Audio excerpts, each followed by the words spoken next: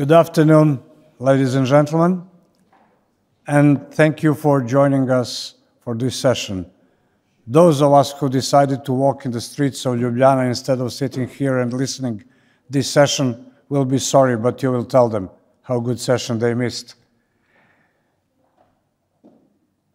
So we are going to talk data. I think we can all agree that we live in data age, in data era. You remember many years ago, that famous story about Australian lady who had some car crash, an accident, and instead of calling emergency service, they put it on Facebook, and a friend of them read it on Facebook and then alerted emergency services who came and found them.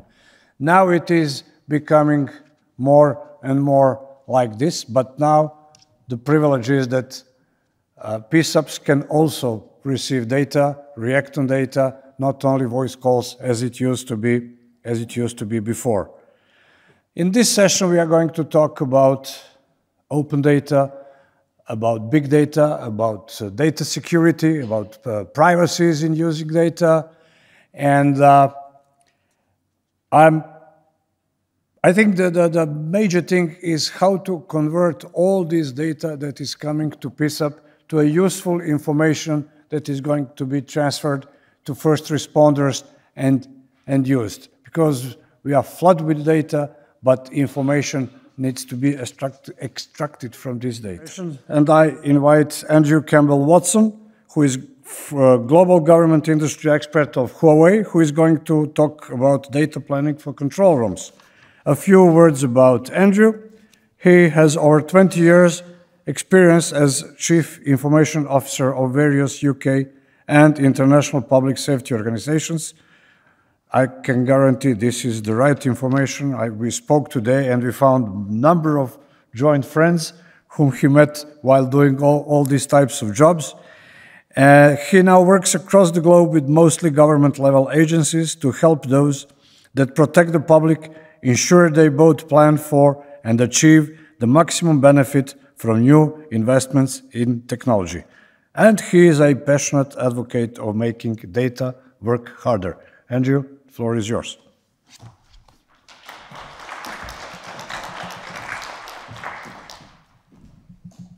Good afternoon. Yeah, none of us are getting any younger. When I first came here, I was playing rugby. I'm now having neoprene and metal catching up with me with the consequences of having played it 20 years ago. So I'm hobbling about here, which is why I came early to get down the stairs. Right, little bit about me. That's me. Mladen very kindly gave you a brief summary. I've been working in public safety for about the last 20 years, and I've done some fairly reasonable jobs in that time. And I think that entitles me to challenge a few perceptions, and that's what we're going to do today. So what's today's presentation about? Today's presentation is a slightly misleading topic, title. I travel around the world with Huawei, and when I go to countries, I deal with emergency services agencies. I always make the time to meet with the privacy authority in that country. In all those roles, I had responsibility for privacy. Going back to before GDPR, when it was just the UK Data Protection Act, I had operational responsibility for this. And one of the things that has become blatantly obvious to me in engaging emergency services and the privacy authorities is that there is not a lot of confidence in the privacy authority community in emergency services. Now that's harsh. They would not let most emergency services get away with how they process data if they were in any other industry. They will not be the bad ones to prosecute organisations that are involved in the preservation of life and helping society get on with itself with minimal impact from unfortunate events. So the purpose of today is to touch on what do you need to know, what do you need to do to try and move that? Because the other clear message that's coming from the privacy authorities across Europe, across Latin America, across Asia, across Africa, and I will tell you right now, that's the number of countries in the world that don't have privacy legislation. So this is a global concern, that you respect the personal data that you're being given as an emergency service. And one of the things I always like to start with is let me get everyone on the same common page.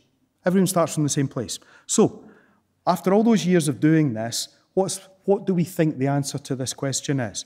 Providing emergency service is all about, and I could go around this room and I will get as many answers as there are people in this room.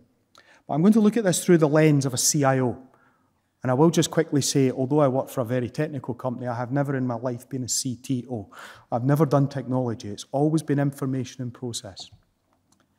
It's about making difficult decisions, and not the place you want to make them in, and not to the time scale you would like to be given to make them, and not the place you would want to do it, and invariably without all the data you want.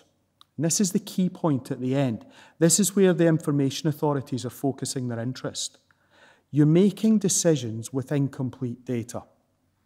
And they're looking at big data and saying, this should close the gap. But you need to be doing this properly, in accordance with the way the rules are expecting you to. Now, these individuals are all out on the street, and they have a challenging enough job to do out on the street doing that. But what they need, the more difficult place, and the place where the authorities are actually focusing on with many organisations, is actually in the control rooms. Because they're saying, you shouldn't have the same pressures in the much more, their word, quiet and calm environment of a control room. I don't think many who are involved in command and control would agree with that statement.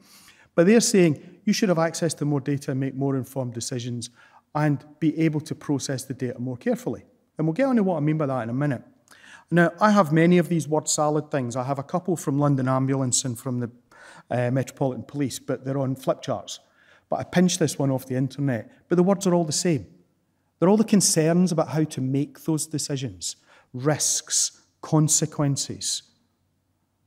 And these are the important things that you should be thinking about when you're making a decision on whether to dispatch or not. From the call taker information, should you send a dispatch to this? Have you accurately conveyed the information to the dispatcher from the call-taking process? Have you mistyped a name? Have you mistyped an address? Are you sending people to the wrong place? It happens too often in the eyes of most information authorities.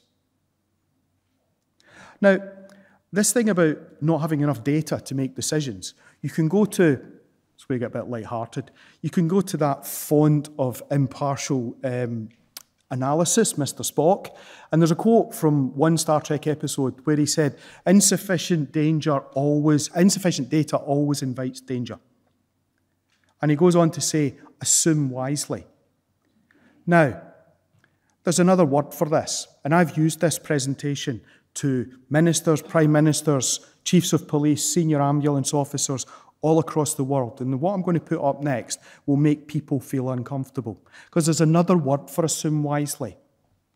It's called guessing. And this goes to the very heart of what the information authorities are saying. You have a perfect set of data to make a decision. You don't have it. You have an incomplete data set. What you do with the gap is guess. That's their word. They're not saying assume. Assume's a nice word. Assume is about experience. But in effect, you're guessing. And how do they look at that? Well, we're all covered by GDPR. GDPR is what the rules we have to work to. Whether we like them, whether we don't, these are the rules. And on Principle 4 of GDPR, it says accuracy. How does accuracy and guessing sit together? It doesn't. Now, these information authorities are letting people away without giving them a huge amount of latitude because of the service they provide. Part of the reason for raising this is, what the authorities are telling me is, we're heading into an arena or an area of AI, big data, multimedia video, multimedia data. And they want to make sure that the emergency services are in a better position going forward than they are at the moment. So, who are the key players within your organisation. Now, these are the official GDPR titles, and they don't mean a great deal to most people that do this operationally, right? Authorities and data controllers and data processors. Ignore all of that. Those are people within your organisation, outside of the command and control environment, who are responsible for delivering compliance. But the reality is the people who deliver compliance in the control room are these people. These are the caller. They decide how much they wish to disclose. No one can force them to tell you more. But they are also exposed in the information they do share, especially if it's about themselves. The call taker, accurately capturing that. The dispatcher, hopefully accurately receiving information and then conveying it to the responder. The control room supervisor, the data control, the data quality oversight in the room, and the responding staff, because they will update logs, hopefully with completely accurate and validated information. And having read thousands of logs over the years, I'm not sure I recognise that description either.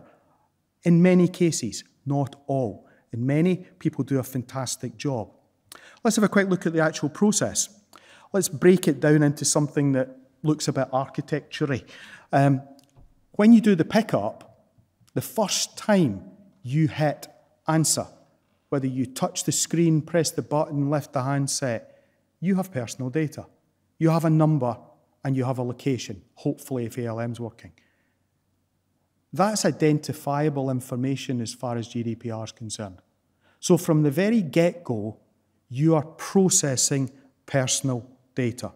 You have a responsibility to do that in accordance with the rules because it is a privilege to get personal information, and you should respect that. The call taking, there is this responsibility to make sure that you accurately capture all that data, especially the personal data. Locations, names, descriptions, anything that you can then associate with an individual. Now, the call taker's job is to talk down the stress call. We've all had them. Especially if they've seen something traumatic or it involves a family member. The call taker's responsibility is to talk that down to get to accurate data. Problem, when you're 15 lines in, they're starting to tell you something different that they told you in line 2. The dispatchers quite often read from the top down. If they get enough information reading from the top down, they've not got to the corrected information. How do we deal with that? A concern of authorities. They latch on to this quite a lot when they read these logs. Checks, you have multiple databases. This is another authority area that they are now starting to focus on. If you're using, I'll mention it later, real-time intelligence cells, where people are going to these multiple databases, the big data sets, and trying to get an intelligence pack, be it medical, be it building related, be it to do with an individual for crimes. Is this accurate? Are you searching for the right person? Are you searching for the right location? The only thing you've got to go on is a verbal stress call from a caller. What's the process for making sure this is accurate? The dispatchers, the key thing here is accurate transfer of information. If it's all electronic, that's fantastic. But does the dispatcher put 100% trust in everything that comes from the call taker? Have they ever challenged it? Do they ever challenge it? The update from the scene. Are the officers at the scene updating, be they paramedics, be they fire staff, be they police staff? Are they updating into the same system? Are they updating the log, or have they now moved on to doing something else?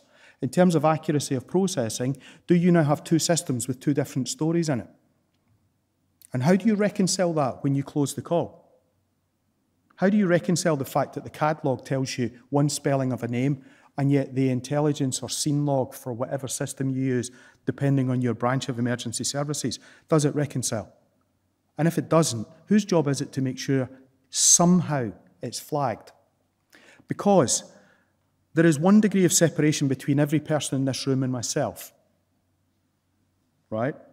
But the concern, I read a fascinating study from Latin America, to get it translated from Spanish, where they'd noticed a distinct drop-off in people reporting crime. Why are they doing this? Because they're going into this concept of this degrees of separation from the crime they're reporting. Am I going to end up linked to the name of a robbery suspect convict? because I reported the crime. And in the world of big data, yes, you are. So how do you ensure that that name doesn't inadvertently end up in a different style of report that says people associated with the incident? Well, all this person did was innocently report the crime. The citizens are the people who are the biggest stakeholders in the business of emergency services. And their concerns are real and well documented and consistent across the world. And these are the ones. How much have I got? How have you got on me? Where are you keeping it? Who can see it? Who are you using it? How are you recycling it? How long are you keeping it for? All these things are perfectly legitimate challenges, especially in the world of data protection and privacy. So addressing citizen concerns is actually all about proving compliance. The authorities are giving me a message at the moment. They're saying, we wouldn't like to audit too many. So how do we fix this? Well, this is known by many things in many countries. It can be a data privacy impact assessment, a digital privacy impact assessment, a digital protection, a data protection. I'll stick with PIA, privacy impact assessment. This is a document that looks at holistically the process you run, the one I've just described, the end-to-end process. And it looks at every single place where data can be abused, misused, misunderstood, and says, where you can identify that risk, what have you done about it? What have you done about it? What have you done to make sure that this data cannot be misunderstood? And you will be asked, in the event of a breach, or auditors may come and they will ask the question. They will ask these questions. Is there a treatment for the risk that was there? Was the treatment in place? Did you know about the treatment as the person who processed it? Did you understand the connection between the people, the process, and the technology risks? And are you satisfied when you were processing the data that all that was in place? And the reason I put these questions up here is really simple. I've been through this, and I can absolutely assure you, sitting there saying, I don't know, I'm not sure, I don't remember reading that, I think that's okay. This is a horrible place to be because invariably the breach involves the compromise of the well-being of a member of the public. So, how do you check the risks? There is no answer to this. I only give you a little bit of my own insight. Check for risks everywhere where data changes status. Changes from being at rest to moving. Changes between individual. Moves on to different platforms. You look to see what can happen at that point around use, misuse, or misunderstanding. Key point. That privacy impact assessment should be signed off by the most senior person in the organisation, not the control room, before any processing takes place. And every time there is an amendment, a software upgrade, a change in process, a change in leadership, that PI should be revisited and reauthorised. And that should be done before the software upgrade, before the hardware upgrade, before the change in headsets. And the question that I pose to everyone who's in the room and everyone who is managing this, have you seen the PIA for your control room and your CAD software? Have you read it? Are you satisfied with it? Are you satisfied that the entire risk spectrum that faces you is adequately addressed with treatments? And if you are, good. And if you're not, or you've never seen it, I kind of recommend you go and ask someone to see it. What is a risk? I'm not going to go through this in detail. I'm just going to say that a risk is an event that could happen but hasn't and could have a consequence. An issue is different. People sometimes transpose the words. They're completely different. An issue is something that has happened, and it will have a probability, a risk will have a probability and an impact attached to it. And in the PIA, there will be a treatment for that risk. All risks are valid. I've seen people produce the top 10 risks, garbage. You will be laughed at by the authority if they ever come and see it. Do not be surprised if you do this properly for a control room if you end up with a document between 30 and 50 pages. The comment that that will never happen doesn't work. To go to the police idiom of absence of evidence is not evidence of absence. It's never happened in the past and it won't happen in the future. Doesn't fly. So, just moving really towards the end, what does the future look like? Moving into the future, you're looking at a different information environment for control rooms. You're looking at real-time intelligence cells. These are a growing phenomena, especially in police and ambulance, where you're looking at all the potential data sources you could link to, and you have that window between the decision to dispatch and arrival at the scene to put the intelligence package together and convey it to the responder. These real-time intelligence cells are having to be staffed by some of the best information people in organizations. They are counting seconds to put this package together. That means the police officer knows the house across the street has someone with a conviction for violence against police. There is a registered firearm 2 doors down the road. There is a history of violence in this location. For the ambulance side, you're looking at whatever you may have in terms of someone phoning and saying they have a wristband on, I can't quite read what it says something about penicillin. Oh, right, okay, we can make sure that's in there. You're looking at medical records. You're looking at historic aspects of that record to do with operations, etc. Chatbots, ever increasing. If you're happy to put up with this for your bank or your insurance company, where you will slowly enunciate every word, you'll do that because you have an interest in the outcome to get the service. Chatbots at the moment on commercial applications are running at about 80% accurate in reasonable conditions. In high stress and noisy backgrounds, that can drop down to 40%, although there are companies now pushing that with a different approach. That chatbot thing is something that has a major accuracy implication for the future running of control rooms. That voice transcription comes from the chatbot, where you've got the CAD log being generated automatically. Video, increasingly video is coming in, especially the body-worn video. The concern the authorities are having, what's in the background?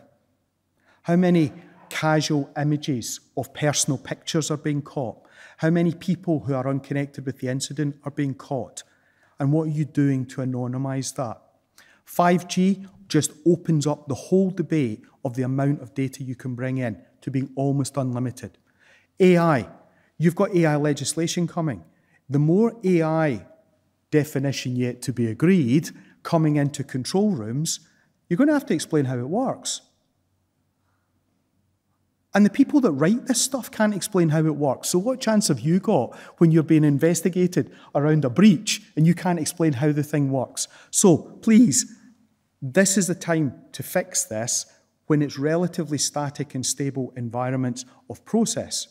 So moving forward, just finishing off, please, if you're working in this environment, somebody somewhere in your organization has responsibility to provide you with the PIA. You should have read it. Be satisfied that all the risks that belong to you in your part of the process are accurately captured and the treatments are accurate. Educate your staff. Make sure they know about this stuff. Understand the implications of inaccurate processing. We're not promoting our products, but anyone that wants an explanation of how to simplify their technology to make this a lot simpler, please pop upstairs and have a word with me on the stand, and we'll explain the one cloud, one network concept. And then we get to dear old Sisyphus, who pushes the rock up the hill, and one slip, and it lands at the bottom. The public are the key stakeholders in emergency services. They allow us to process huge amounts of data. They have to decide that you're doing it accurately. If they lose confidence in you, we're stuffed, because they will stop phoning, as I'm seeing in some countries, because they don't trust the processing. Thank you. So that brings this session to the end. So please, another round of applause for our presenters. Thank you very much, gentlemen.